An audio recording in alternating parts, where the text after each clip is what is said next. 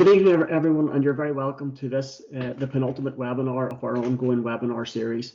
My name's Conor O'Toole. I'm the Coaching and Games Development Manager for Down GAA, and I'm very fortunate this evening to be joined by Frank Quinn, one of the lead physios from the Physio Group.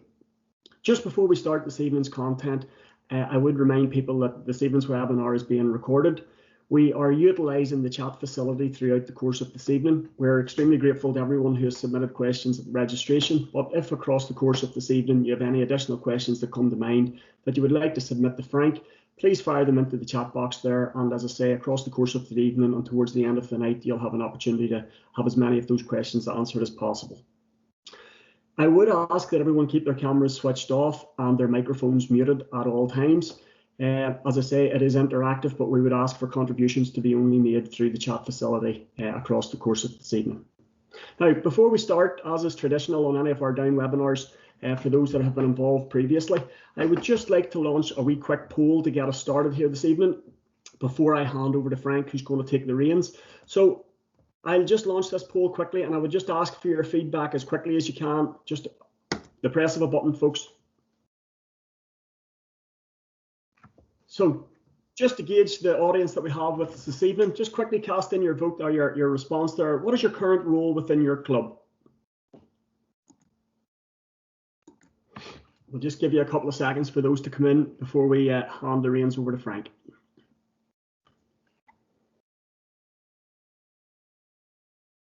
Good stuff, keep them coming in.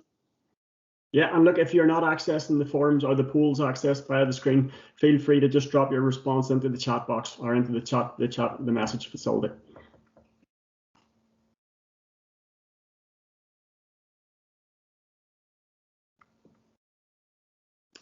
Excellent stuff. Okay, ladies and gentlemen, we are very, very privileged and fortunate this evening to be joined by a man who has a vast array of experience working with top-level athletes and has a fairly renowned reputation around the county for working with high-end GAA players and across all codes within our games. I would say there's barely a club in the county that he himself or certainly his business and the Physio Group that haven't worked directly with one of their members. Frank has years of experience as a player with Clonduff GAC, both in hurling and football. He has years and years of experience as a physio, both, as I mentioned, within the GAA, locally here within Down, within Armagh. He has periods of directly working with intercounty teams outside of Down as well. He's a great knowledge and a great insight into up-to-date coaching practices and methods and methodologies around getting players fit, and most importantly, I suppose from his end, keeping players fit. He has also had a period of time working professionally in England with Sunderland Football Club when they were in the Premier League. So to say that he has covered all bases and has a fair knowledge of the topic that we're looking at this evening would be a considerable understatement. Frank, if you're there and you want to unmute yourself and turn on your camera and take control there, I'm happy to hand over the reins to yourself for the foreseeable. I will be dropping in and out across the course of the evening just with some questions at various stages. So as I said, feel free to drop them into the chat box. But from now on anyway, Frank, over to yourself. Thanks very much, Conor. And thanks for the opportunity to take part in tonight's webinar. It's a big topic. It's a very relevant topic, and timing, yes, is very appropriate now. And the challenge, I suppose, for dealing with the topic of tonight is, the focus of this particular season and applying some of the stuff to what's now we can call a normal season. So. Yes, it's relevant to all codes within the GAA.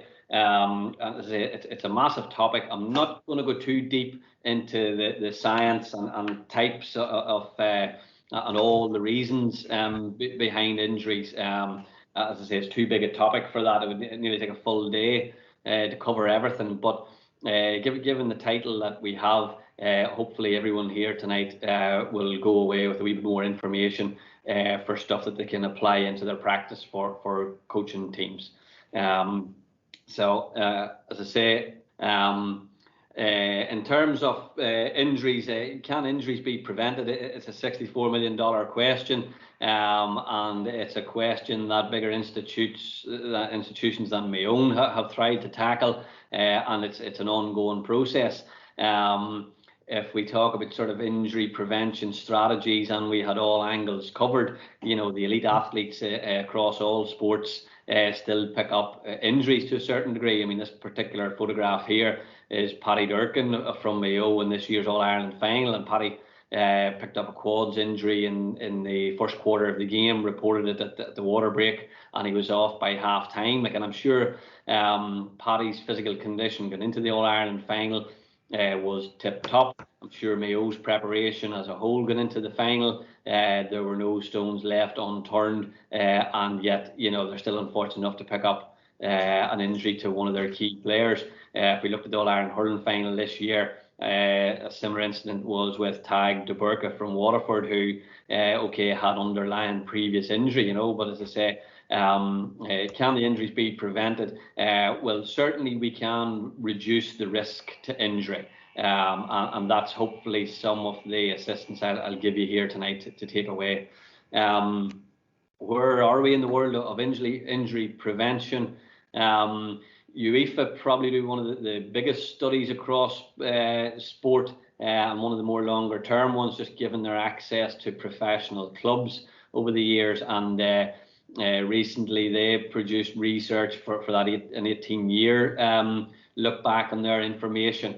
They say that injury rates have decreased in professional soccer across Europe. When you dig down deeper into that article, yes, ligament and tendon injuries have ever so slightly reduced, but muscle injuries have remained a constant throughout that time. Again, with a bit of information, a bit of knowledge on sort of the professional soccer side of things, some of those injury rates have been assisted by the medical crowd influencing rule changes within the game. So soccer at a time then took out the tackle from behind, for example. One of their highest rate injuries was below knee injuries, medial ligament injuries to the knee, ankle injuries. So and it was one of the injuries where professional players were losing a lot of time, and in the professional world that costs money. So they changed the rules of the game, which I feel has certainly helped reduce ligament injuries. And as I say, despite all the measures and access to players and information that they would have, the injury rate of muscles has remained a constant over that period of time. Rugby again are addressing sort of head high tackles for probably their highest profile injury in terms of head injury and concussion. Again, that's fairly new to them. Who in the GAA is responsible for injury surveillance and looking at how the game affects players? I suppose originally the Medical, Scientific and Welfare Committee had that as part of their remit.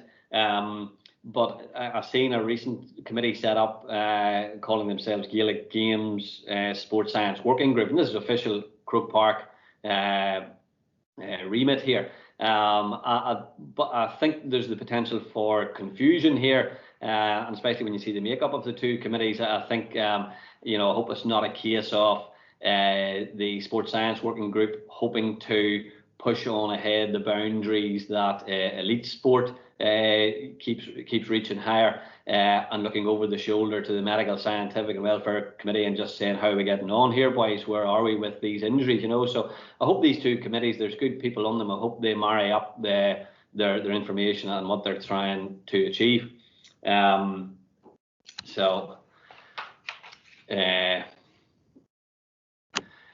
Both those committees include the word science in their title, but can we trust the science really? And in the sports medicine world, it's a question that internally they ask themselves regularly. Where are we going? As I say, over that 18-year period, I'm sure UEFA were disappointed to find out that the rate of muscle injuries hasn't made any progress at all.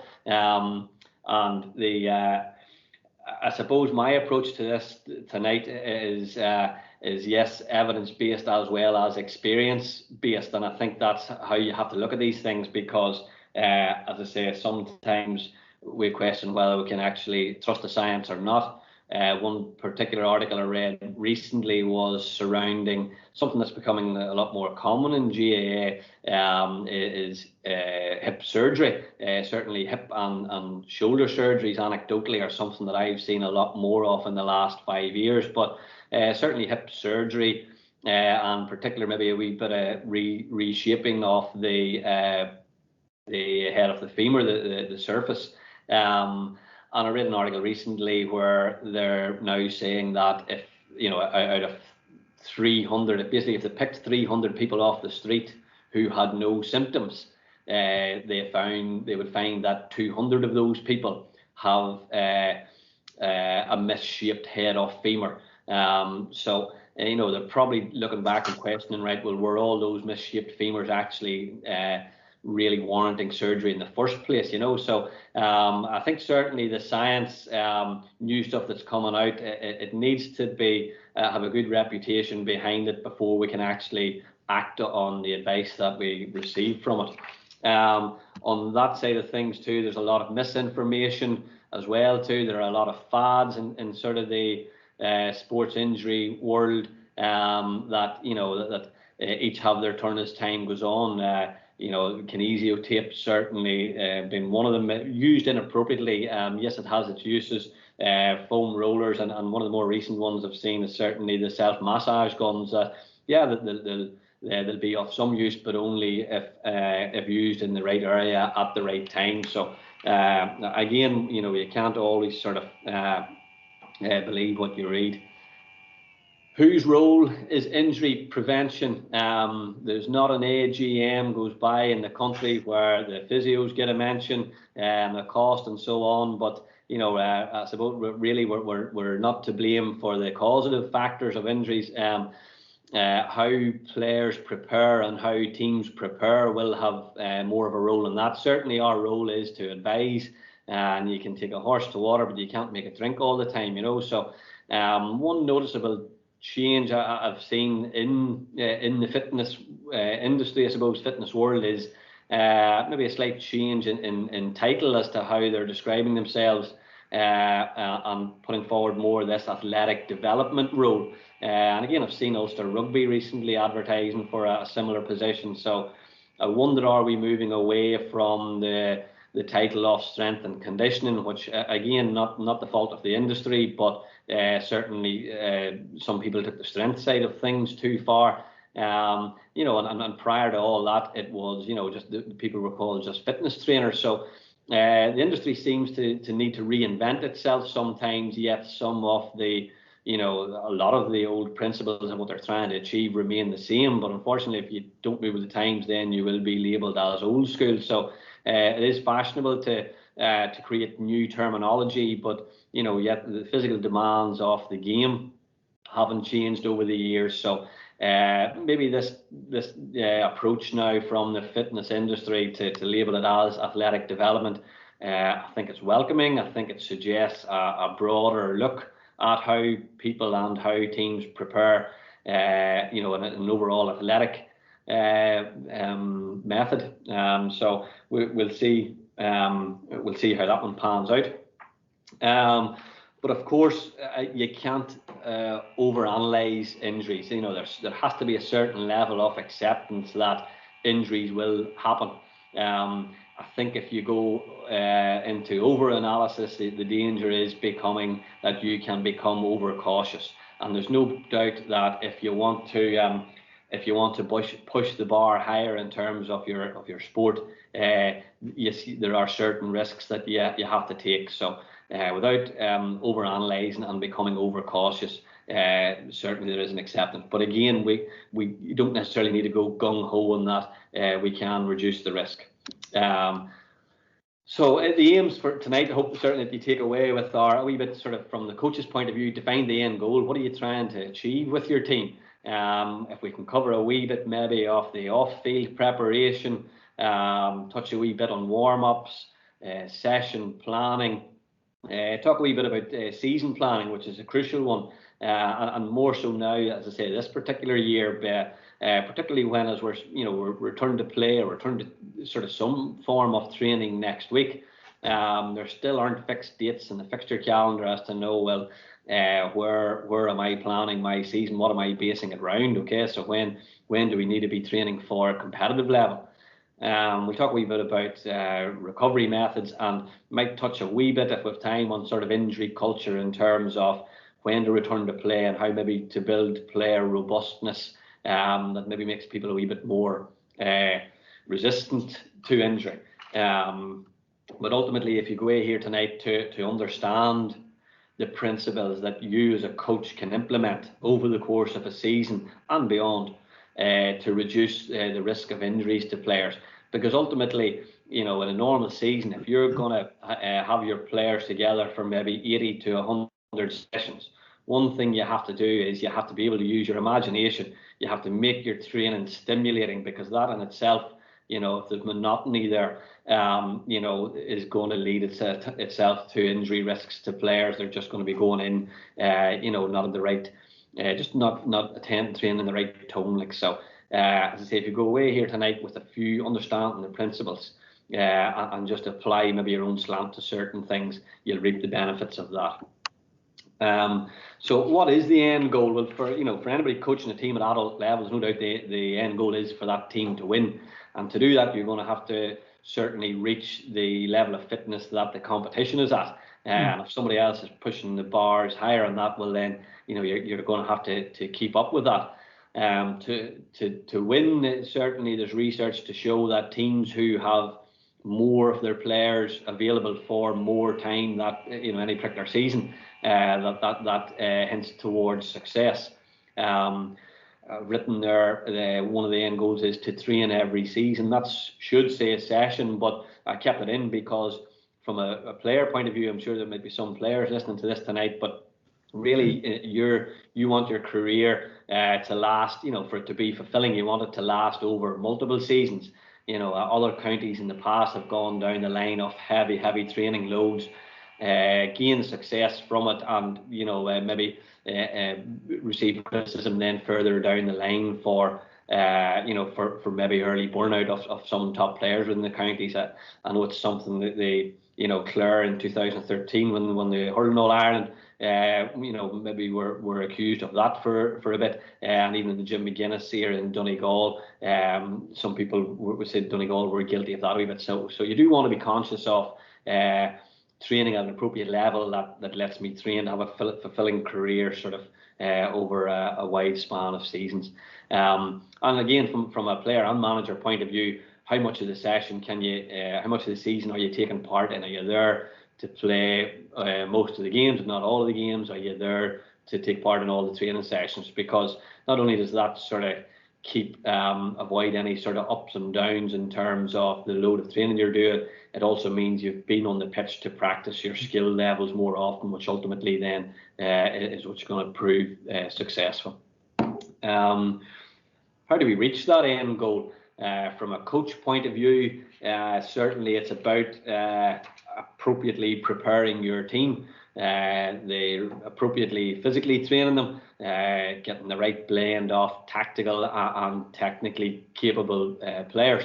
And from a player point of view, then have you got the appropriate physical attributes? And as I mentioned, sort of the strength and conditioning earlier on, certainly I think strength is one of the physical attributes that players have overdeveloped to a degree, which there's nothing wrong with, but it has to be balanced throughout the right areas of the body without overpowering certain areas. And strength is only one of the physical attributes that are required. So achieving that balance, certainly from a player point of view, and also appropriate sort of mental attributes. A psychologist a few years ago, I remember, talked about the difference in people who make it to the top level of their sport is their ability to tolerate pain. And that's not the pain of injury, solely. It's the pain of, willing to push yourself physically into uncomfortable areas to get that degree of overload to become fitter, and also the ability to tolerate the pain of disappointment, the pain of knockbacks, etc. So all those things have an influence. Frank, yeah. Just if I just come in there, look, it's just that I'm keen to throw some questions at you that have been submitted just as you move through the course of this evening. One that came in, an interesting one from one of the registers. How can we help players realise that they need to be honest and upfront about carrying injuries? And over the years, I have known players who continue to play on through niggles, only to suffer greater consequences in the long run. A fear of losing their place generally is the cause of this. So what message would you pass out to coaches or managers on the call this evening in relation to managing players with injuries, and I suppose having that open, frank conversation around a player's fitness levels? It's a good question. I think any player worth their salt, if they're asked by a manager, and especially if it's a big game, you know, do you want to play in this? Any player worth their salt is going to say yes. You know, as I say, especially the bigger games, like, you know, I used to enjoy, you know, championship games with Down here in Newry, especially some of the Saturday evening games, and, you know, players talk about fresh cut grass and the band and, you know, the parade and everything too, you know. So players set that target out at the start of the year, that's the game they want to be playing in. So as regards whether somebody's being open and frank, I don't think a manager is going to have an open and frank conversation with players, and as a physio involved with those teams, you're the one person who probably is taking emotion out of the equation, and you know, yes, you know, the player wants to play, yes, you know the manager feels it's an important player that is playing. So I suppose one way around that is getting an independent opinion, certainly from if it's somebody who's been carrying a niggle or an injury and they've been having treatment with it.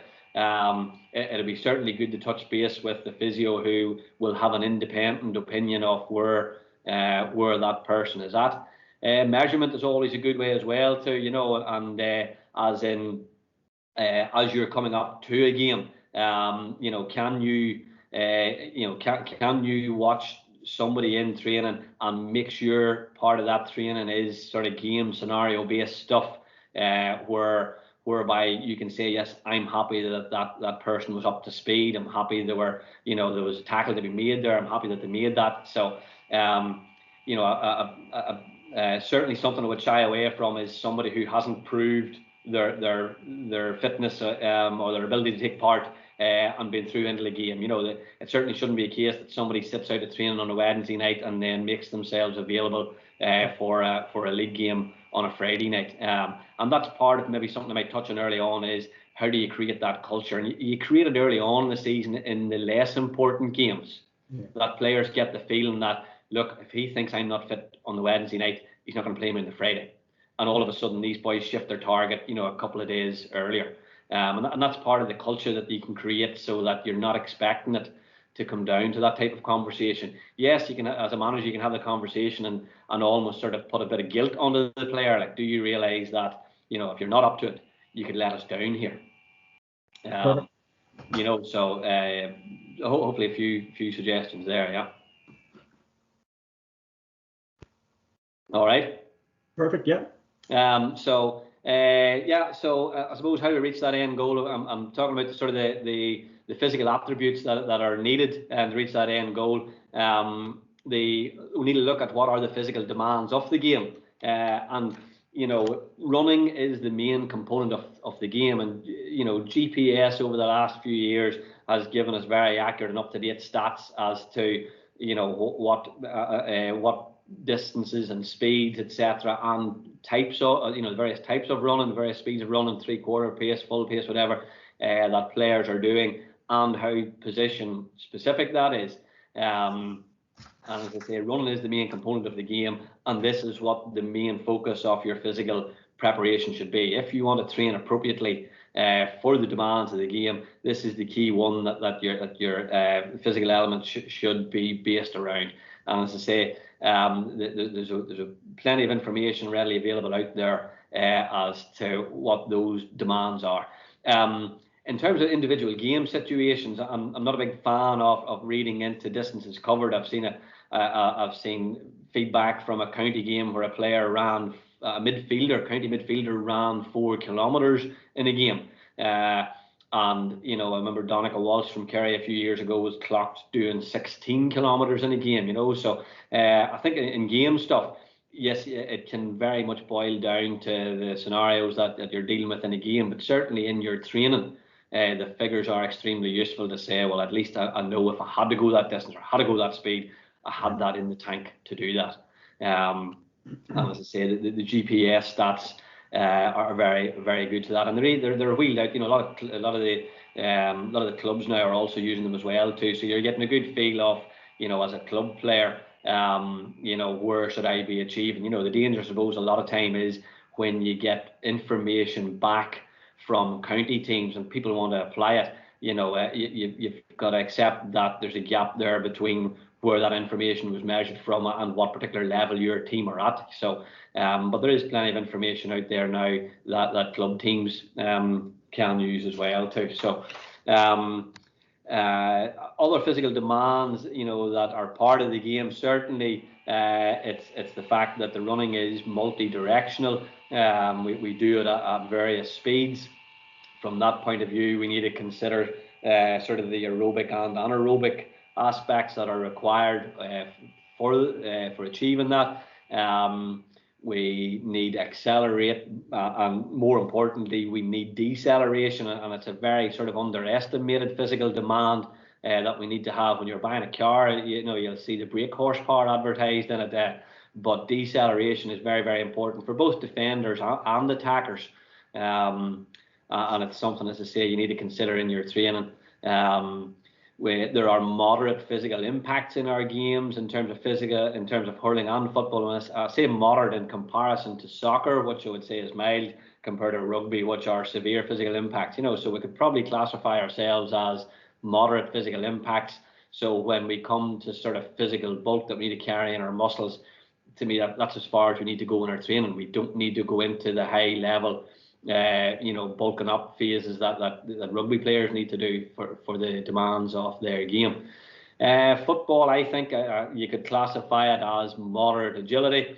I think because of the size of the ball and the speed that it moves at, I think you could classify hurling and camogie at a slightly higher level of agility needed. All codes need flexibility. I think it's a forgotten physical demand of GAA, and I think it's lost at underage level. I know we're not talking underage tonight, but I do think flexibility is a lost physical demand that we need to keep tabs on and keep practicing.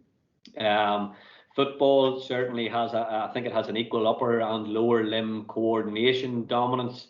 Depending on some team's style of play, that we could say that maybe more upper than lower these days. And hurling, then, no doubt, yes, in terms of coordination and executing the skills, it's certainly an upper limb dominance. And these are all things that, if you consider them when you're composing, you know, your training sessions over the years, that you really have to consider, you know, what proportion of my session am I contributing to this. And all the other sort of, you know, in terms of the agility and the coordination demands, the physical demands of achieving speed, endurance, etc., they can all be built into your drills then to incorporate everything. And of course, then we have to achieve all these things while executing a unique set of skills, you know, that are unique to Gaelic games. Back to, you know, the picture of Paddy Durkin, if you can recall it at the start. You know, he's holding off a player, he's one leg planted, he's trying to control the ball with the other leg, you know. So I mentioned robustness there earlier on. You know, are you putting your players, you know, through, you know, multi-directional, all shapes and sizes, you know, in terms of you know, contorting their body to respond to different things. A lot of the off-field training is very linear and very one-dimensional. It's maybe a lot of our running now as we go into next week, if it has been very linear and very one-dimensional. You know, the key thing then getting next week is you have to realize that, right, well, I need to now change this up and make it multi-directional. How do we prepare the various body parts then, I suppose, for preventing injury risk? if we were to break that down, then as to our bone and joint structure, in terms of the impact of exercise on our joints, when you run, the ground reaction force, the force that's passed back up through your body, is 200% of your body weight. So you have to bear that in mind if you're going to start running and doing impact and pounding exercises. Are the bones and joints prepared for that? If not, the effects of injury, that will be accumulative. You'll not see them straight away, but you'll see them over developing sort of way further down the line. If that's the case, it can be too little too late. So if you're preparing your team, you need to and you want to reduce the injury risk to the bones and joints, you need to say, right, well, how much time are we on our feet here tonight? Are we, in terms of how long is our session? Are we 30 minutes? Are we 40 minutes, etc.? And build up the resilience to that. In terms of the muscles, on bones as well too, that ground reaction force, I would also say, changes depending on the surface that you're on. And I know in my own club, one of the things I talked about, where we have, you're only allowed 15 adults on the playing field at the minute, and there's talk of, right, well, sure, we'll use the car park for the other 15, etc., and so on. You need to be conscious that that sort of change of surface will have a different sort of ground reaction force to what people are going to face whenever they hit the field. So just be conscious of that. How do we prepare the muscles of the body to do what we want them to do? Certainly need to have the appropriate amount of strength to actually protect the skeletal system. That's one of their main jobs. And then have they got the added strength then to generate power and to build up speed. And in my game, my business, you see obviously people who are broken in terms of what they can do, and when you're building somebody back up in terms of return to play, a lot of the exercises may well be body weight. You'd be surprised how many people who may be squatting and deadlifting and shoulder bench pressing heavy weights, but you put them into a certain position and ask them to hold their own body weight, and it's amazing how many people can't actually do that. So as I say, the main role of the muscles are to protect the skeletal system, and then the added bit is to produce the power.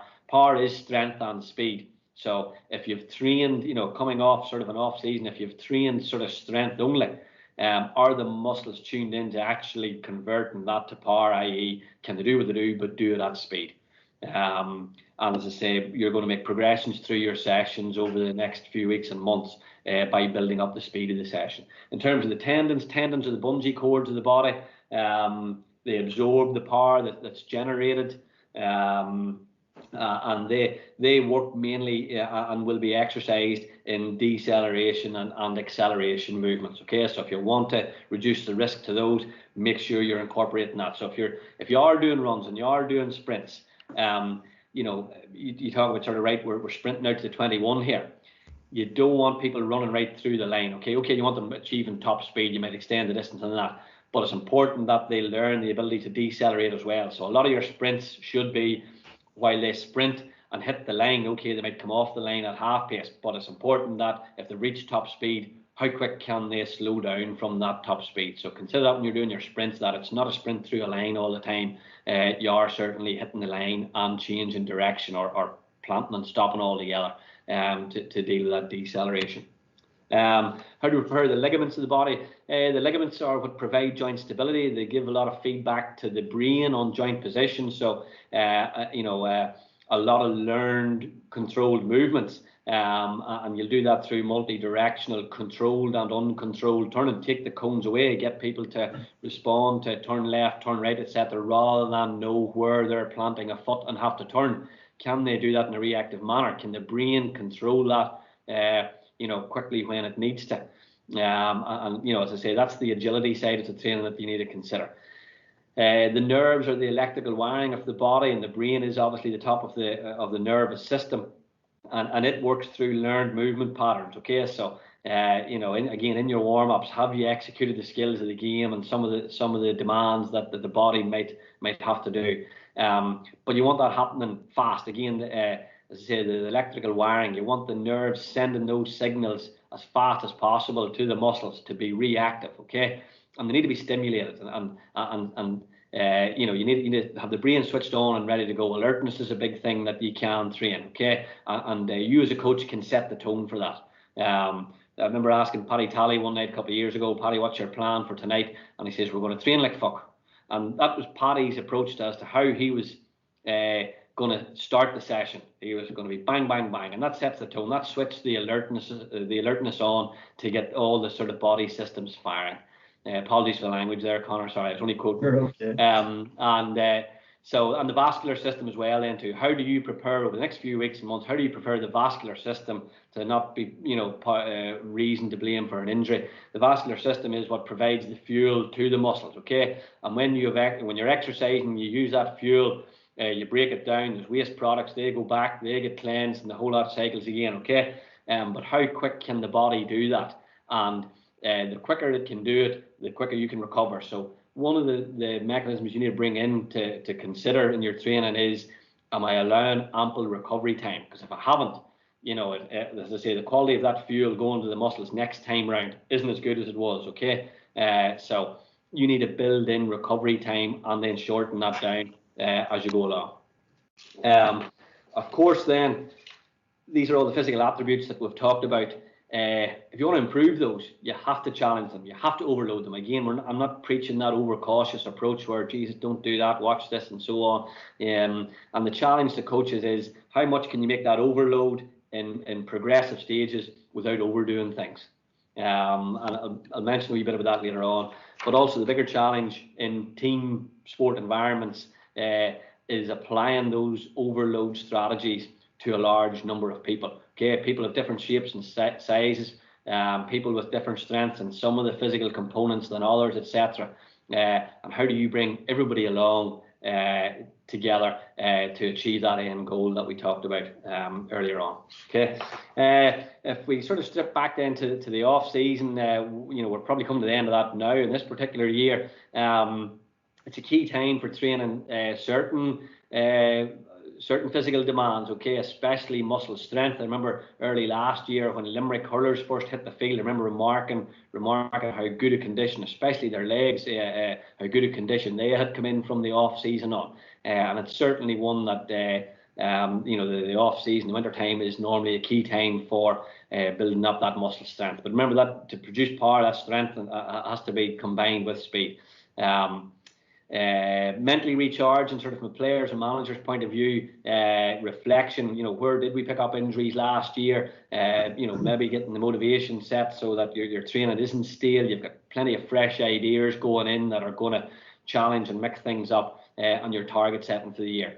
But in that off season, then you still want to be you should be keeping a very low level of maintenance in terms of cardiovascular exercise, certainly flexibility, and a wee bit of agility as well too. In the past, people have played bits of five-a-side and things like that.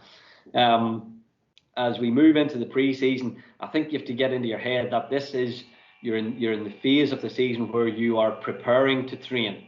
I don't think sort of hitting next week, if you've done very little up to now, hitting next week with fitness test for boys and asking them to put in a maximal effort when they haven't prepared the body for that in any way is certainly a risk of picking up injuries. Okay, so I think if you see that early part of the pre-season as we are in preparing to train mode, you'll cover all aspects of the physical demands that are necessary. You can still keep your strength building going because you want the body, as you go along through the season, you want the body to be able to add on various components of the physical demands while maintaining others. So you may well still continue some of the strength building while you're starting the others off at a low level. A low volume of multi-directional running, maybe once weekly initially, as we talked about, sort of the effect of the pounding on the joints and bones, and progressing that then to 2 weekly, 3 weekly then, if that's what ultimately you're going to be training. Flexibility then, yes, keep it in, because as you're starting to introduce a wee bit of fatigue, muscles will shorten when they're fatigued, so you want to be exercising with muscles at their optimal length, but not on strength nights, because as I say, when muscles are fatigued, they're in recovery mode, so you're not going to achieve maximum muscle length. So doing that away from nights when maybe you've pushed maximum strength. As I said, learning to maybe add in strength building alongside other pitch requirements that you're doing. Your pre-season is your phase for that, because as we chat later on, you're going to drop that at a certain stage. You're building the recovery mechanisms at this stage. So if you've gone twice a week where they've had 3-4 days in between sessions, you might end up going Monday, Wednesday, Friday, where they only have 2 days between. And ultimately, you're preparing the body for the various physical demands, but at that low level. It's the prepare to train stage. Once you move on then to the train for fitness increases, well then, things certainly start to ramp up a bit. So you want to ensure that you've all the basics of all the other physical demands covered, and then you're going to choose, right, well, what are the 2 or 3 that I'm going to work on here initially, okay? So if we have games coming up, we'll certainly, want to be hitting how we got the endurance levels right to play 60, 70 minutes of a game. That might be one that you choose to step up initially while you maintain a low level of agility. Once the endurance is up, then can you add in agility to a higher level a few weeks down the line, okay? So pick a couple to improve, keep the others at maintenance, and then pull the others up with you. And as they add increases as you go along. Frank, yes. is managing your group at this time of the year in particular, when you're returning to training, as you say, boys are going to be coming back in all different shapes and sizes, and nowadays maybe quite a range in terms of the age profile of your squad. Should managers and coaches be conscious or considerate that perhaps the young lads within the group are at this stage more physically capable than maybe a lad in his mid to late 30s who's towards the end of his career? Is that something, or would a generic approach at this stage be generally accepted or applicable? Certainly a step up in age and a step up in levels. You need to be conscious of that, okay? Because somebody who has trained at that particular level before, yes, their body will be used to that, and you may have a young lad who will have some of the physical attributes necessarily, but especially if you go into game type stuff, they'll find that at adult level sport, the time they have on the ball and things that they used to be able to do isn't there anymore, so it is something you have to be conscious of. I always remember at county level, the season maybe starting in November, and trialists, people would have been coming off the back of a club season, newly into the county squad, and they would have been expected to hit the ground running immediately with players who had been there, maybe 8-10 years, your Ambrose Rogers, your Dan Gordons, those players who were used to that level of training, your Danny Hughes, etc. And ultimately, these people were through in at that level.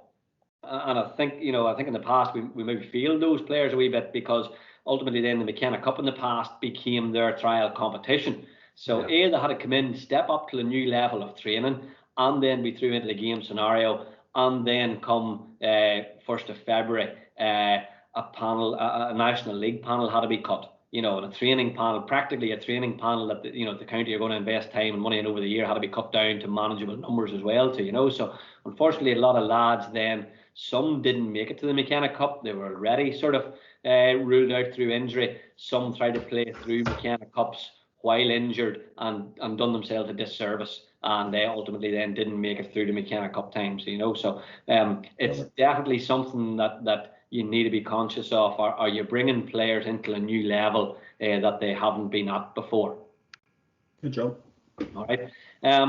What can you, in terms of training for fitness increases, you can decide the order of the parameters that you're going to vary. So, are you varying the frequency of the session while keeping the speed and length of the session the same?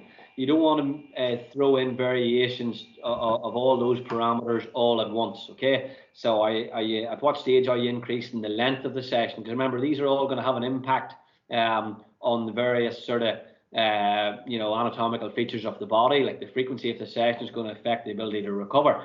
The length of the session is going to affect whether the muscles have got the ability and the endurance to act to their best throughout that length of session.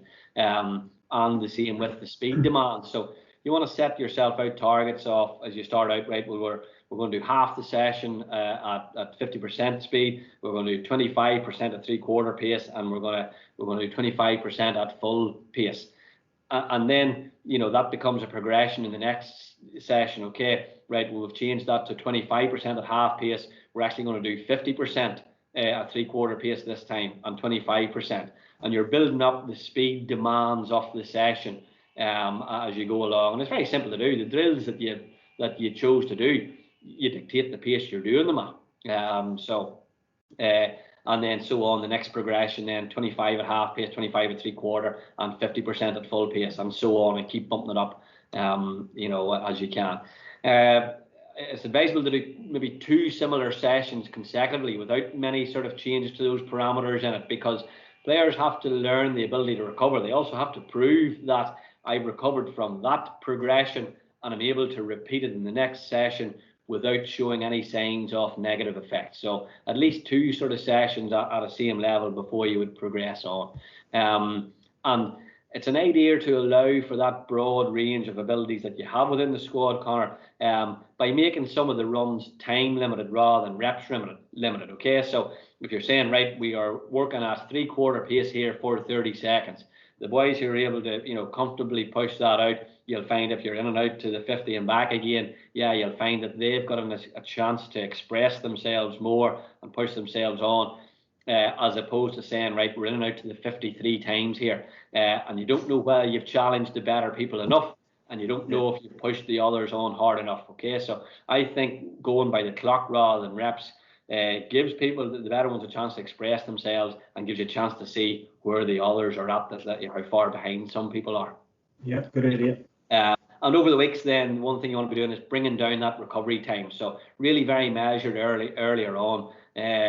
So we're allowing 1 minute between sets. We're bringing that down to 45 seconds, down to 30 seconds. Okay, and these are, anybody in here with any fitness qualifications will know that, yes, these are normal methods that improve fitness levels, but they also are important in terms of building up the recovery mechanisms that if you haven't got, they're going to lead to injury. Okay, so as I say, there are parameters that'll be obvious to people with fitness qualifications, who are listening in here. How do you know you're safely overloading the people? Well, perceived effort is your gauge, as to whether you've overloaded them without overdoing it. Persistent exercise in a fatigued state will lead to injuries, and bringing the players to fatigue, then allowing adequate recovery before repeating the exercise. You'll know if times are dropping off that they're in that fatigue state. Okay, so that becomes your gauge, and that you can eyeball that. As I say, probably a lot of people here and working with club teams, and we don't have that. You don't have that sort of live feedback from the GPS unit to see drop off, but it's very easily eyeballed. And if you're one of the coaches and somebody else is leading the session, your role is to get into that manager's ear or player's ear and just say, we're dropping off here a wee bit, we're starting to go. Okay, you want to achieve that point, but you don't want to train through it. Yeah. Okay. And say that overall builds a robustness. Robustness is sort of a buzzword at the minute in terms of physical preparation of teams, and you can build that robustness by varying the sequence of the exercises and drills that you do. Okay, so where I've said you're doing 50% of the session at full pace, you might do that mid-section. You might do it alternate, full 3/4, full 3/4. You might leave it to the end, and it builds that robustness, which helps sort of resistance to injury. As I said there, without sort of any fancy GPS, you can record your sessions. You could have somebody saying, right, this drill here, watch Conor O'Toole. It's a 30-meter run we're doing. I want you to count how many times in this minute he does that 30-meter run. Then it'll give you a calculation way back to what we done sort of at the start there in those GPS readings. At the end of the night, you can say, well, what did the boys do tonight? Well, overall they did, 800 meters at 3/4 pace, and so on, and they did, a 1.5 kilometers at full pace. And that's very easy for somebody to do with a notepad by watching one player and saying he done that drill. It was a 30-meter run. He done it 10 times. And that can be recorded without any sort of fancy equipment needed. There's plenty of personnel around training grounds to do that at the minute. That photograph in the background there is actually the Dublin backroom team. I think there's 23 people in it, so you need to utilise all your backroom staff on the night for useful purposes then. If you're training for competition, then the key to avoiding injury as you step up, as you overload, is make sure you're achieving those high speeds regularly. Don't drop, okay? Once you're up at that session where the majority of your session is at full pace, keep it at that. Don't allow it to dip. Get the balance of sort of contact and non-contact ratio right. Most injuries happen, in terms of how they're recorded. You want to pick up more injuries in a contact situation, but you need that contact element for competitiveness.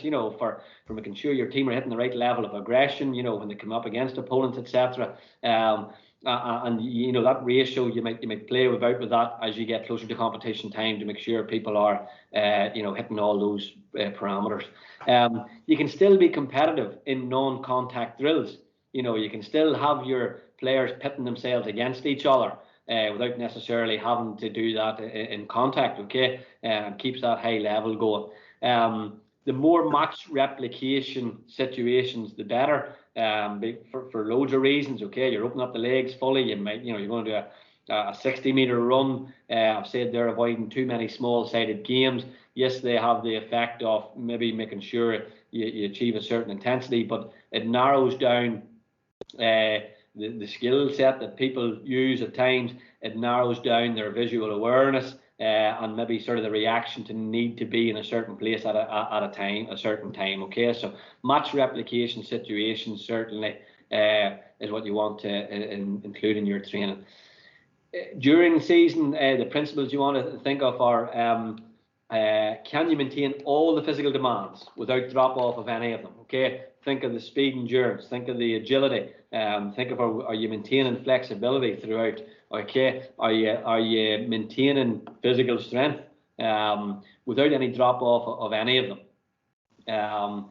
Every session should take players to a maximum heart rate, to a maximum speed, and execution of the skills at full exertion. You hear teams coming up towards a big game and they say we're doing a light session tonight. I don't think there should be a light session. It should be a shorter session that doesn't eat into your energy reserves, but it should still achieve those markers that you've revved the engine up, you've ticked those boxes, so that you haven't dropped in terms of conditioning overall. And depending on how close to the competition, will dictate how much of that session is at maximum exertion. Okay, but I don't think it should be light sessions. I think you should still hit those markers, but maybe for a shorter period of time. How close, Frank, for example, to a club championship game? How close would you be delivering in an ideal world for optimal performance in that championship game? Like how far off the Saturday night match would you be delivering that last training session? Certainly on a Thursday night, you can reach maximum exertion without, as mentioned there, without the risks of contact. Yeah. And as I say, it'll not eat into your energy reserves. So you're talking 48 hours beforehand that you can still do that. People talk about I want to go in fresh and so on, but as I say, you're not eating into your energy reserves. Yeah.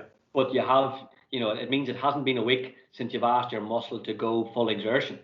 Absolutely, yeah. So practice. Again, brain training again. That you've triggered all the systems to be ready. And when you need them to, rather than actually sort of losing a wee bit of that alertness. Good stuff. Yeah. In terms of in-season principles, muscle strength training. I think you want to certainly keep that at a maintenance level and only change that. Because remember, the muscle strength training, it's difficult to do it at speed in terms of some of your big lifts. So only change that, I think, if you've decided that you're parking any progressions of the other physical parameters of the overall training week. And again, periodization of your pitch training as well as people talk about it in the strength side of things. Periodization of your actual training, like a 4 to 6 week block. And then, actually allow for something completely different before you re-stimulate the players to back to the same level that you left off of. I'm sort of maybe backtracking a wee bit here when I'm going to mention warm-ups, but there's plenty of information out there on warm-ups. I suppose the authorities have sort of wheeled out advice on this, and it all came off the back of maybe the FIFA 11 plus one that they wheeled out in an effort to reduce injuries. Ulster Council wheeled out an Activate one. The Medicine, Science and Welfare Committee came up with the GA 15, and in principle, I think they are a good idea. But the danger with them is that they can become non-stimulating if they're done in the same order all the time. which is actually detrimental by definition alone, because remember, you want stimulation, you want the ligaments to be responsive, you want the nervous system, the electrical wiring to be in a state of readiness physically and mentally. Okay, so doing that same warm-up out all the time in the same order can actually be counterproductive. So the content of those various warm-ups are all very good, the principles behind them, but then again, you need to use your imagination a wee bit as to how you make them stimulating. You know, in terms of a state of readiness, remember the Sunday game opening titles a few years, the last couple of years always showed Johnny Cooper going around in the parade behind the Artane Boys band. He breaks into a tuck jump, and his feet are nearly the height of the shoulder of the man in front. You want to achieve that state of readiness. A common one you see is teams sort of sprinting on the spot in the circle, and then reaction-wise, the call of the manager breaking away. Okay, stimulated, physically and mentally ready to go. That's what you want to achieve in the warm-up. Okay, whatever way you decide to do your warm-up, there are certain things that it should achieve. The respiratory rate, the heart rate, and the body temperature should be up. You should be out of breath, your heart should be racing, and you should be into a sweat, because those are the three systems that's the level they need to be at for them to be ready for a maximal exertion exercise over, you know, well, you're fit or not to sustain that over 60, 70 minutes, then, well, that's what you're training towards. Okay, the alertness of it. Okay, have you, as I say, have you boys stimulated and ready to go rather than the monotony of it?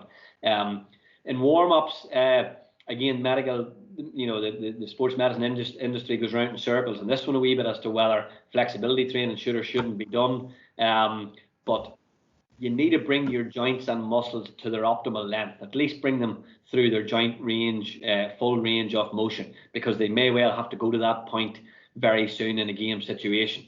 And it's better that they've done that somewhere in the warm-up without suddenly getting into it for the first time within a few days. Okay. Yes, dynamic stretching is good, but only if you're well warmed up, so that you're not getting into the dangers of inducing a stretch reflex, whereby if you've suddenly sprung a sudden movement on a muscle, it actually contracts as a protective mechanism. Frank, just on the warm-ups there, and this was actually a question that we got in from a couple of different people. Should players religiously do the same warm-up before every match and training session with a view to kind of their bodies becoming accustomed to that? No, but they need to achieve the same parameters. And some, as I say, some players will, you know, you'll hear them at the end of the game, I didn't feel warmed up going into that game. Yeah, and unfortunately, if some people feel they haven't done a certain type of exercise, they've got it in their head that I wasn't warmed up properly. I think it's the skill of the coaches, to get them to those few markers that I've mentioned, and you know, if a player feels, no, I didn't feel I achieved that, you've got to find out what that, you know, that particular marker is that he feels he or she hasn't achieved, and hit that the next night purely to satisfy them. Yeah. You know, but again, you know, if at the end of the warm-up you might pull your group in and just say, everybody ready to go here, and if somebody's not, well, then you go and address whatever they haven't felt, you know. But I don't think the same warm-up should be wheeled out every night. It's non-stimulating, as I say. You're not addressing all the aspects in terms of the nervous system as to whether, you know, is it ready to fire. If it becomes monotonous, well, then you're just going through the motions a lot of the time. Frank, in your experience, like maybe even back to your time at Sunderland, would you have ever witnessed where players would have done a position-specific warm-up? So you might have had your full-backs or your midfielders or your straight, you know, your full, you know, would they have done different warm-ups depending on their position? And is that something we should be incorporating into Gaelic games? They definitely would, for the skills of the game. You know, obviously the keepers union would have pulled out and done their own thing. The centre backs definitely would have dealt with heading long balls away. The wingers would have practiced crossing. So at a certain point of the warm up, they would have gone to, you know, what am I most likely going to be asked or have to do here in the game? And there might be a time in the warm up where, you know, you have your players educated, and you say to them, okay, the next 3 minutes are individual time. And they can go and replicate the skills of the game. Your midfielders or you know, or anybody involved in high catching from kickouts, you might go and want to work with the keepers in terms of high fielding, etc. But you might want to dedicate part of your time to say, okay, you know, the next 3 minutes are individual. But definitely that would have been the case. Yeah. Good job. Okay. Okay for time. Yes, work away. Yeah. Yeah. In terms of recovery, again, we talked about sort of the importance of the vascular system and addressing it. If you're not getting good, clean fuel to the muscles, well, then you're going to lead to injury. And that's as much important in between sessions, never mind during the session. Okay, so rest means rest. You know, gym work still eats into the body's energy reserves in terms of how good do you want sort of the blood to the muscles then when you next hit the pitch. You need to be conscious of that. So, but the problem with that is, you know, some of your better, more committed players just don't like idle time. You know, if they have a night off from training, they'll want to go to the gym. And you need to educate them people that they're not going to lose condition, they're not going to lose body shape and size. Can you use that time then to hit some other markers in terms of your tactical and technical stuff instead of using downtime to head to the gym? Because as I say, you're eating into the body's energy reserves if you do that. I'll not go through every one of these, but there's loads of sample exercises that you can do on field in terms of maintaining strength. And as I say, they're very functional and very practical, especially as I say, you know, if you've been very one-dimensional linear in the gym in terms of body movements. A lot of these are obviously body weight related, and you can build up your reps and sets and use resistance within the you know, among the group to do them. Like, you know, there's nothing wrong with sort of I've written piggybacks there as one of them. You know, there's nothing wrong with that in terms of a bit of variability to what you do, and you're getting, you know, carrying a bit of extra body weight, etc., and so on. So you can flick through those, and if anybody's not sure of any of them, you know, after this, you know, I can maybe elaborate more on them somewhere for you, Connor, in terms of if people aren't familiar with these particular exercises. But yeah, sure. Look, if anybody's I think every training session, you know, and this is where, as I say, strength and conditioning, I think the conditioning side of things got lost a wee bit. I think every session, pit session, should still have that degree of physical strength training in it.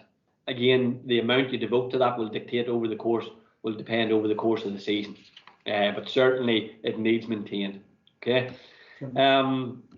So I suppose some of the take-home messages I have for tonight, there's a key time for training certain areas. You know, for example, muscle strength. You want to have the bulk of that work done early season, and then maintenance to utilise that as you go through the season. I do think you want to create an injury culture. What are your processes within your own club? What are your processes for dealing with injuries as and when they happen? So that I haven't talked much tonight. It's a whole topic on its own in terms of return to play principles. How do you ensure that somebody is definitely back to you know, match pace condition to be able to play? You know, one of the things that we know in terms of research is that one of the two of the biggest risks to injury, two of the biggest risks that there's plenty of science on. All the others, yes, we can pros and cons against, but two of the biggest risks are age and previous injury. So your return to play strategies need to be right, so that somebody has proven their fitness, so they're actually able to come back to train and play, and hence sort of re-injury avoidance. I think a key thing is consistency in the levels of exertion that you do, and very controlled measures of overexertion. Don't rely on the you know, for those who have GPS units within their clubs, don't rely on the GPS for measuring all the physical demands. Okay, the fight and flight scenarios that you face in game situations aren't measurable, and reactive stuff is a lot of the time where players pick up injury just turning quickly to respond to you know, to maybe go for a pickup for a ball or something like that. So set out what you want to achieve from each session. You know, so you should know at the start of each session, where are we at here tonight? And you should know that at each point in the season too. If you're to bump into somebody and say, well, what are you at? We're actually 75% full pace. You know, and we've moved to 50% of that session being tactical. We still incorporate 10% of you know, strength conditioning exercises, and we devote 10% of the session to high-speed running. You know, in terms of, you know, achieving that speed vaccine. The more often you run faster, the better you get at it, basically. You know, so I think coaches should know pre-session what are we doing here tonight? We are 70 minutes. We are 3/4 pace for whatever of it, etc., and so on. You should have that mapped out, because you can get caught up in the moment when you're in a session, and if things are going well or something's not going well, you might lose your track, and actually the exertional levels can dip, or they can go the other way. You can create a spike in people's training. Okay, so know what you want to set out from the start of the session based on where you're progressing as the season goes on, and progress all the physical demands in equal measures. Okay, but to wrap it up, I suppose how a player chooses to prepare, and that's more maybe away from the training ground and off season, etc., and how a coach chooses to train will dictate the risk to injury. Can we prevent injuries? We can certainly reduce the risks to them. I'm not big into the science and the recordings and the surveillance because I very much believe you lay down your own blanket really as to how reckless you've been or how appropriate you've been in your own session. So don't always sort of go necessarily by the facts and figures and trends that are out there. So hopefully that's hit the spot in terms of what I've set out to get the messages in terms of I wanted to get across here tonight, Connor. Kieran, listen, or Frank, sorry, we have a load of questions here just to get through. So I'm not going to hang about because, as I say, people were very keen to get some questions in. I suppose it's an area that maybe people don't feel they necessarily have the expertise. So when I have you here, I'm going to make the most of it.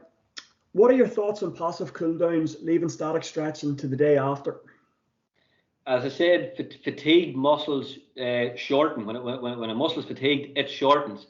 And after hard exercise, especially if you're trying to overload, when you overload something, it creates a small degree of micro trauma to that area, and the body then learns to adapt and respond to that, and reinforce that particular area then in preparation for in case that happens again.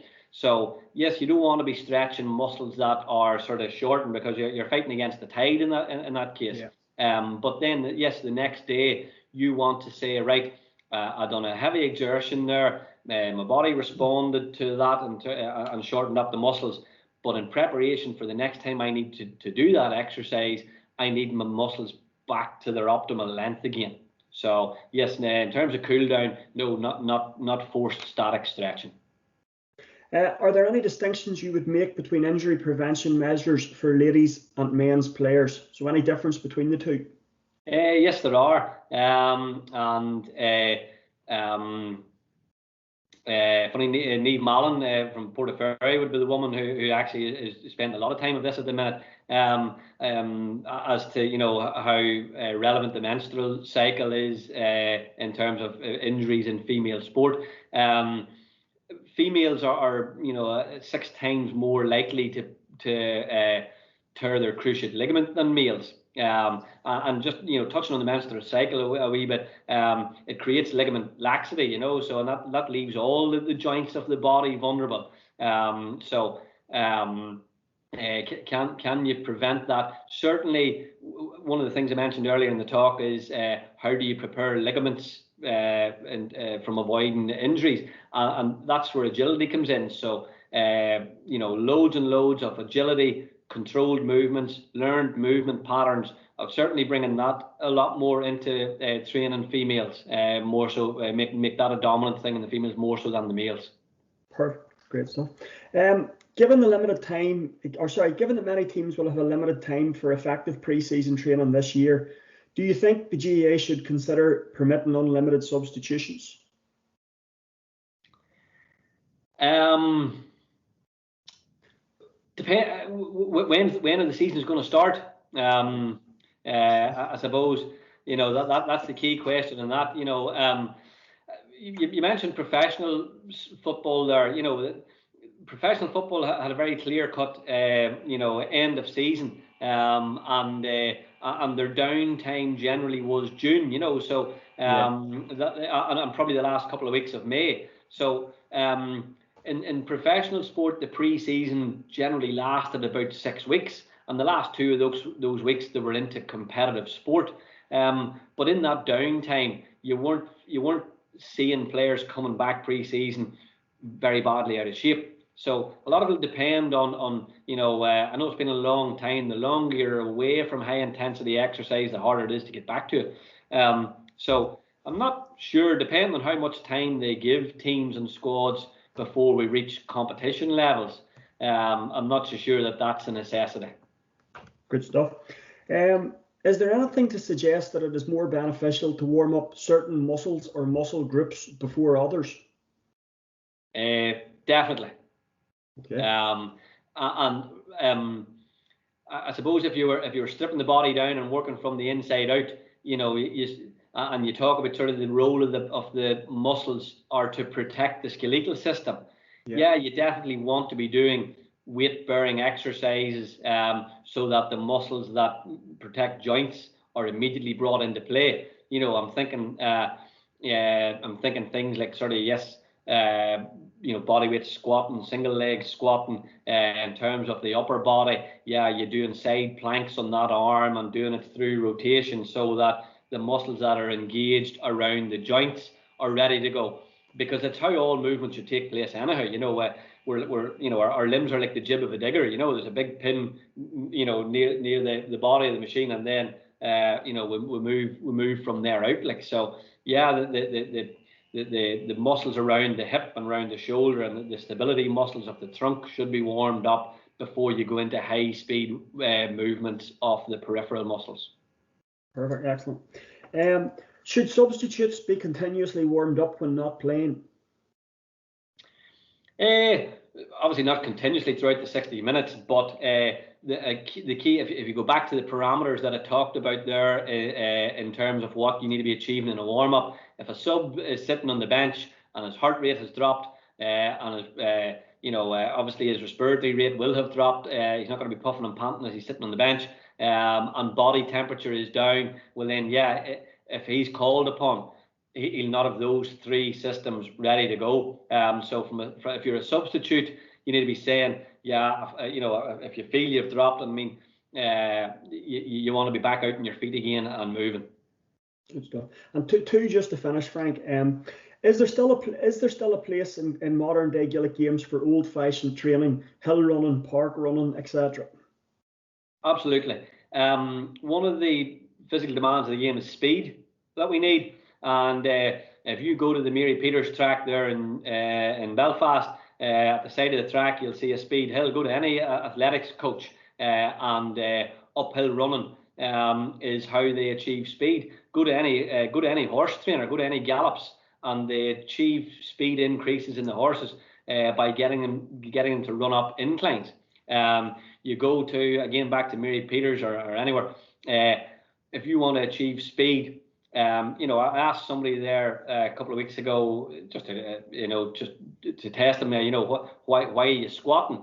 He says it's to get that power. So power is strength and speed. But the glutes obviously generate, you know, the half of the gait cycle, as in they propel that leg out behind you. But to take your next stride, you have to get that leg rapidly to the front again. Yeah. And to do that, it's about how quick can you get it through and how high can you get that knee height at the front. So you go to the Mary Peters tracks and there's steps there where people do bounding up those steps. The sprint coaches have people doing one leg high knee drives over a hurdle. You know, I'll never forget, a couple of years ago I had a young lad in from a club, and not too hard to work out, but Mickey Linton was coaching the team at the time, and I said to him, you know, what he is doing, and he says, well, he has us running up the steps of the stand. He says he's a bit old school that way. Well, I says, firstly, look, that's a very tried and tested method of how to get you to get rapid drive through of that leg ready for the next stride, is by getting you to run up steps. And secondly, if Mickey Linton run up steps and it worked for him, then you do it if he tells you to do it. You know, so and unfortunately, that's you know, a lot of, I hate that term old school, but if you don't keep up with some of the buzzwords, you're going to be labeled as old school. But a lot of the principles over the years, you know, the principles of how to get fitter and that, they haven't changed. You know, and the demands, the physical demands of the game haven't changed either. And as I said earlier on, while the fitness industry is reinventing itself with this new title, somebody showed me, unfortunately, if you haven't got a training routine on an app, it's not worth looking at now, because that's what people seem to rate now, So, but have no fear of going back to old school principles, because people just have them buttered up and labelled in a different way these days. And finally, Frank, and just ironic there that you mentioned Mickey Linton, and probably this one has come about as a result of maybe the game on the TV on Sunday there, the Down in Dublin replay from '94. Is it a myth that players nowadays get injured more easily than olden day players? It certainly seems that more players are injured more in the modern game, despite the advances in sports science and strength and conditioning and athletic development. The surveillance of injuries in Gaelic games isn't going on long enough, I think, to really put a definitive answer to that. And also, surveillance of injuries in Gaelic games, remember, only takes place at county level. Yeah. There's no club surveillance of injuries. So in terms of whether players do get injured more, there are certain things that we do know. The higher up in level you go, the higher you're playing at, the more risk there is to injury. But in terms of then and now, I think maybe back to what we talked about earlier on, in terms of a player playing through niggles. I think players these days are more conscious of their own individual performance, and in some cases they are afraid to play under par. So they may sort of say, well, I'm not feeling 100% tonight, so I'm going to give this game a miss. But you address all that in your injury culture. If that's the case, and you're maybe questioning that player's, back to what I said earlier on too about the ability to tolerate pain, but only if you're still able to function, at a level that's contributing to the team. Yeah. So you want to create that culture whereby, well, I have my doubts about that person there, so I'm going to let them know that if players, if you're questioning the psychology around injuries, I'm going to make it harder for that player to get back into the team, as in, right, well, that's okay, you're sitting tonight out, but yeah, you've lost your place. Are players more easily injured? The game is faster, and you can go back and look at the amount of players nowadays who in their day-to-day jobs are doing less physical work, etc. And I do think that leaves people more vulnerable to injury, certainly. So yes, I do think they're more injured more often now. Frank, I'll finish with one last one just around that whole area of injury culture that you mentioned. How important is it, and this will be very applicable to a lot of the coaches and the managers on the call this evening, how important is it that open lines of communication exist between team management, physios, strength and conditioning coaches, etc., within a club environment? The lines of communication are crucial. I think certainly that group that you mentioned should sit down, obviously, at the start of the year. Look, the manager dictates all. The manager sets the tone. The key thing I talked about, are we talking about injury prevention here, or are we talking about risk of injury? We talked about the importance of, you have to overload that and you have to push the barriers. The rate that you want to do that at is ultimately dictated by the manager. If he says, I know you're telling me we're going a wee bit too hard too soon here, but I want to get to that level quickly, and you say, that's okay, here's the pitfalls of that, and ultimately the manager dictates that. He'll fall by his sword if it backfires on him. If he knows why he wants to achieve what he's achieving, fine. The strength, the fitness coach now, rather than strength and conditioning, because that's old school now. It's the athletic development coach. Yes, they'll decide, right. Here's how, they'll advise the manager. Here's how you will make the fitness improvements to your squad. I'm only talking here tonight from an injury prevention point of view. I'm not telling people how to get their squads fitter. It's not my qualification. I'm only speaking from an injury prevention point of view. But when things go wrong, we see the backlash of that. As I say, yes, the lines of communication are crucial. The one thing I will say is that I think in professional sport, those lines of communication were a bit more clear cut, and that managers were not interested in players unless they were 100% fit and ready to go. The culture in professional sport isn't the way it is in Gaelic sometimes, whereby people who maybe aren't back to full speed, they're through into a certain position where there may be less demands on them, or yes, I'll give this man 15 minutes here tonight. So certainly from those lines of communication, there's a clear cutoff point where a player is injury free. They can go then to the strength and conditioning coach, who may say, right, well, you've a wee bit of catch up to do here on certain things, and then the manager knows ultimately where everybody is. So I just remember Jurgen Klopp, when he came into Liverpool, totally changed the training there initially, and his remit was 1 kilometre runs. And initially Liverpool picked up a lot of hamstring related injuries, and the medical team were going mad. They were like, Gaffer, you're killing us here, and he wanted to achieve a certain style of play. He wanted to change one of the physical demands of what the players were required to do, and Klopp's game is a high tempo game with high press. There's not much rest period in it for players, so it's speed endurance at a high level. And this new change to the training was alien to what the players were used to doing, and ultimately that change, he paid the price for it initially, but eventually a few minor injuries and so on, but players got back to that level, and then they achieved what the demands were that he was wanting to do. So the lines of communication were there, but yeah, Klopp knew where he wanted to go, and he was like, yes, I'm listening to you, but to achieve what I want to achieve, here's what we need to do. Perfect. Frank, I've actually had 2 more messages sent in from people on the call here to my mobile rather than putting them in the chat. So look, as I say, when I have you here, I'm not going to let you go without passing them. They're probably something similar, the 2 questions, and then we'll wrap it up there. Firstly, is the mental aspect of a player's rehab or return from injury as important as their physical improvement? It's very important, and again, especially higher up through the levels.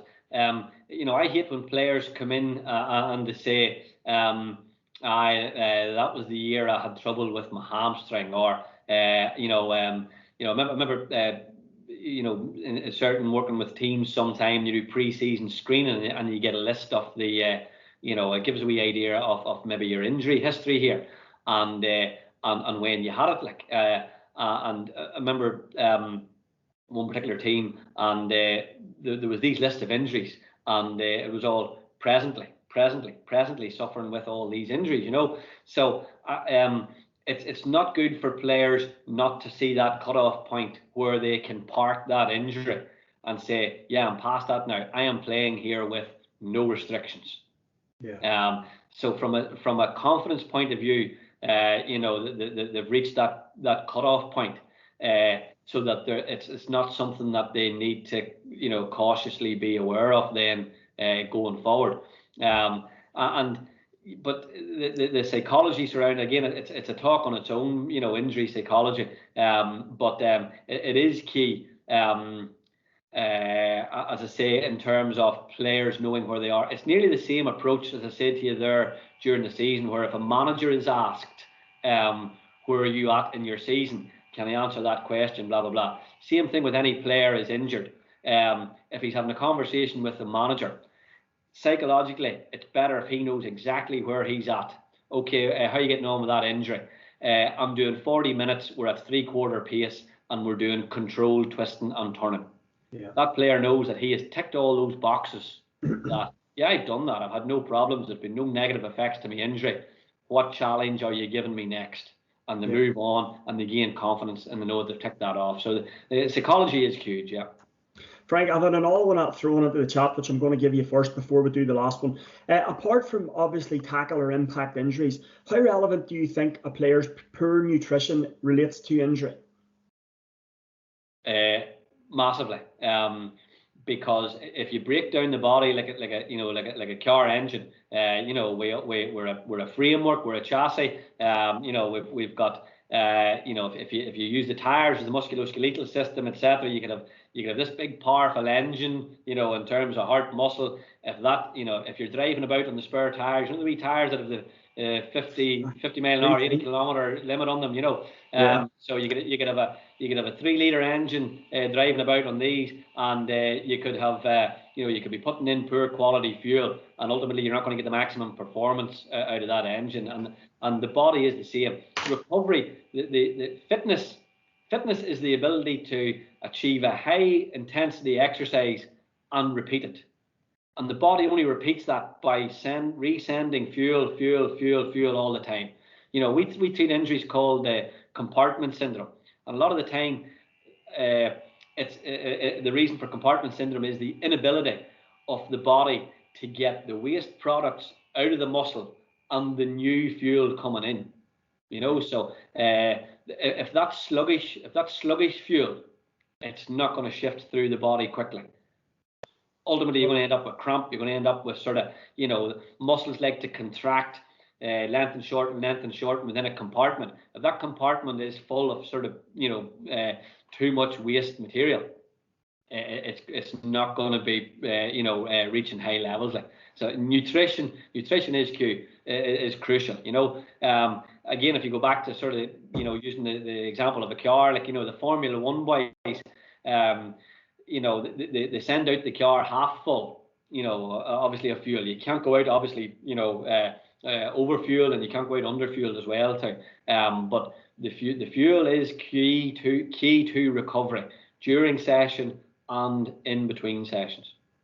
Perfect. And look, the last one, Frank, and this is the last one. Let me just see. Yeah. Can you ask Frank's thoughts on players hanging about training sessions when injured? Should these players be encouraged to carry out alternative exercises with consideration given to their injury, as they can be a drain or negative impact on the team environment?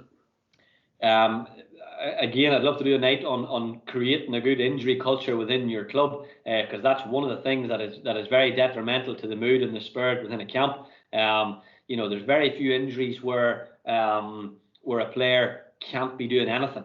You know, and this is where people, when they're equipping their club gyms, they need to have this, you know, consider this.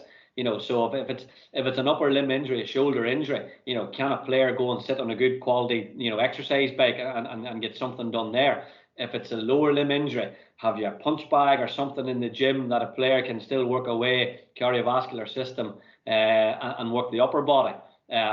So there's very few injuries. Maybe only in the very acute stages of an injury is there a reason where a player should be doing nothing, you know. But get them out, get them doing their flexibility, you know. Get them involved in the session. You know, we talked about there, you know, monitoring the session. I want you to monitor Conor O'Toole. How many reps is he doing this here? You need to utilize them so that they're tuned into everything that's going on around them. But again, in the professional environment at Sunderland, we unfortunately would have been, you know, from time to time, you would have been given players who maybe demotivated, for want of a better word.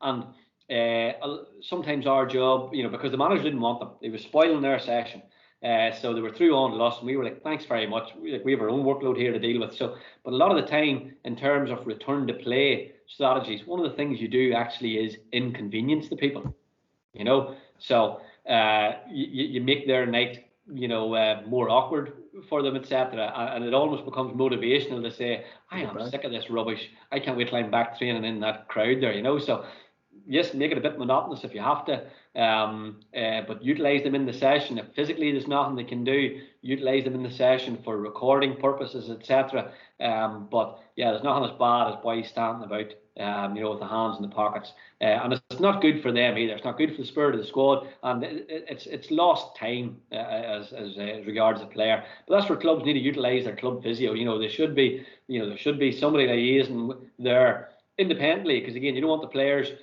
coming back with their own feedback from the physio, because if it's a wet night, a player might happily stand with the hands in the pocket, you know. So have somebody from within your setup who is the liaison with the physio to say, what's Conor O'Toole supposed to be doing tonight, because you can't always take the player's word on it. Yeah. Frank, thank you. Listen, and before we wrap it up, folks, I just want to make everyone aware, for those of you that have been following our ongoing webinar series in the new GAA LTAD model, We have our final session this coming Thursday night. We squeezed them both into this week with a view to getting it all tidied up before the return to activity on Monday. So we have a nurturing commitment to Gaelic games in players aged 13 to 16 this Thursday evening at 7:30. Again, registration is online and available presently through Eventbrite. We've been joined by Owen McNichol from Ulster GAA, Conor Laverty, Ronan Sheehan, the Down Senior Hurling Manager, and Benny Coulter. And look, it's going to be more of a discussion-based workshop as opposed to presentation-based. It'll be an opportunity for people to submit questions and ask the guys their questions around if you're working with players of that particular age group. But look, guys, we're going to leave it there. Absolutely super webinar this evening. And look, we let it run on there probably traditionally than we would longer have done, because when you have a man of Frank's expertise at your disposal, you make the most of it. Frank, on behalf of NGA, thank you very much. We'll certainly maybe get you back on in the not too distant future, maybe around that whole creating an injury culture within the club. I think it would be something that clubs would be certainly interested in having. So look, Frank, as I say, thank you very much. Thanks to everyone for joining us. And as I say, if you're on the loose end on Thursday night, feel free to enroll onto our webinar for the 13 to 16-year-old age groups. Frank, thanks a million. Thanks, Conor. Thanks, everyone. Okay.